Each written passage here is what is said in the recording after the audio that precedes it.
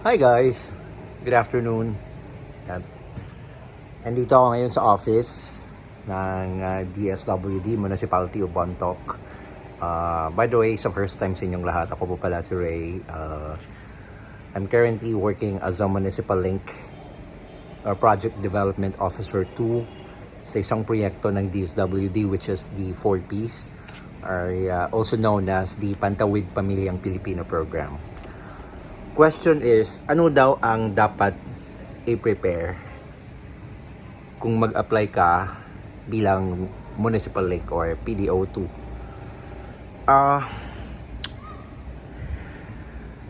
Naisipan ko tuloy ano yung ginagawa ko yung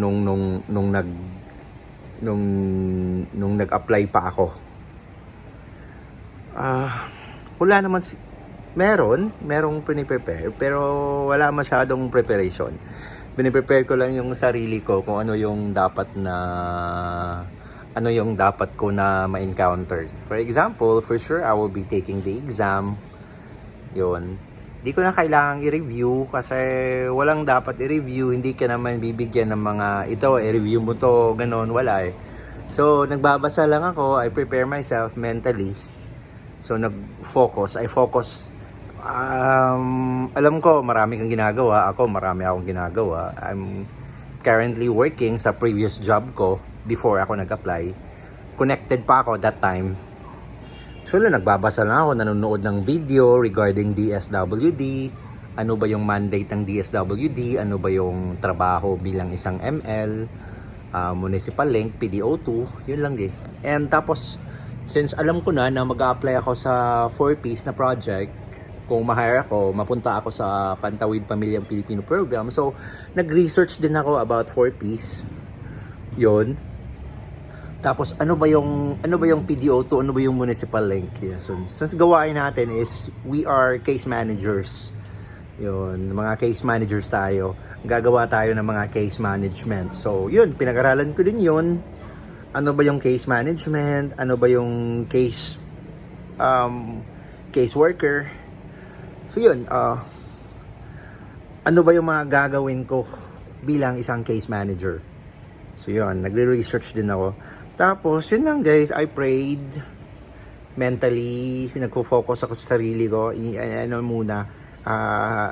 go straight. Parang siniset aside ko muna yung mga iniisip ko, na maraming iniisip na mga problema, ganun wala. Para sa akin, I'm gonna try this. Yun, naka-mindset yun. Tapos, yun. I'll do my best. Ganon. Nagbasa lang ako guys. Nagbasa at nag-research. Yun sa mga na-mention ko kanina. Nag-research ako.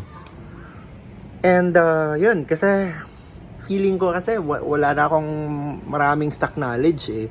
Kung talagang hindi ko mapasa yung exam, wala na akong magagawa doon. Kasi nga, hindi ko rin alam kung mahirap yung exam or madali lang ba. So yun lang guys, yun ang preparation ko. Mentally, spiritually, I made research. Spiritually, I prayed. Kasi matagal ko tong hiningi. Matagal ko tong, it's a dream. Dream ko to na makapagtrabaho sa DSWD. So yun, sana this time makuha ko na. Yun lang guys. Nagbasa, nanood ng mga movies, nanood ng mga interviews nanood ng mga balita about DSWD. Yun yung preparation ko. And pumasa ako sa exam. Ano lang naman, it's an IQ test. Tapos interview, tapos final interview. 3 stages. Dadaan ka sa 3 stages. Yung last stage is yung final interview mo. Ano siya eh, marami yung mag-interview sa'yo. 4 sila actually. Sa amin dito sa Region 8, 4 silang nag-interview sa akin. Parang panel, pero hindi siya face-to-face. Online. Online yung interview. So yun guys. Yun lang siguro. Just need to prepare yourself mentally, spiritually, review ng konti, basa ng konti, manood ng movie related sa DSWD kasi nag-a-apply ka sa agency ng DSWD. So yun lang, wala masyadong preparation. Very simple kasi feeling ko wala ako masyadong i-prepare. Kasi papasok din minsan sa isip ko na parang deserve ko ba talaga tong trabaho na to? Pwede kaya ako mapasok sa DSWD, ganon. Kasi hindi ako social work. Pero tingin sa sarili ko, I'm a psychology major. Behavioral naman yung kurso ko. Tapos, I believe na pwede ako sa DSWD. Yun lang talaga guys. Nagtitiwala lang talaga ako sa sarili ko na pwede ako sa DSWD. Kung nandun sila ngayon, bakit ako hindi? I'm a psychology major. I study human behavior. Tapos social welfare yung DSWD. Yun din. Naka-mindset din sa akin yun. Pero meron dun akong insecurities because I don't have much of the experience. But I do have the experience. Pero madali lang, maikli lang yun. Mga more than 2 years ng community organizing. Pero yun, it's related to my work now. I'm thankful sa previous job ko na natrabaho ko yung ganong klaseng trabaho kasi nagamit ko siya ngayon na nasa DSWD 4Ps na ako. Katulad ng community organizing, paano i-handle yung grupo ng mga tao, yun. Yung leadership ko, yung mga trainings ko sa previous job ko, leadership, and yun. Wala naman akong problema sa sarili ko, sa pagkakilala ko. Hindi naman ako ma-attitude na tao. I'm good with people.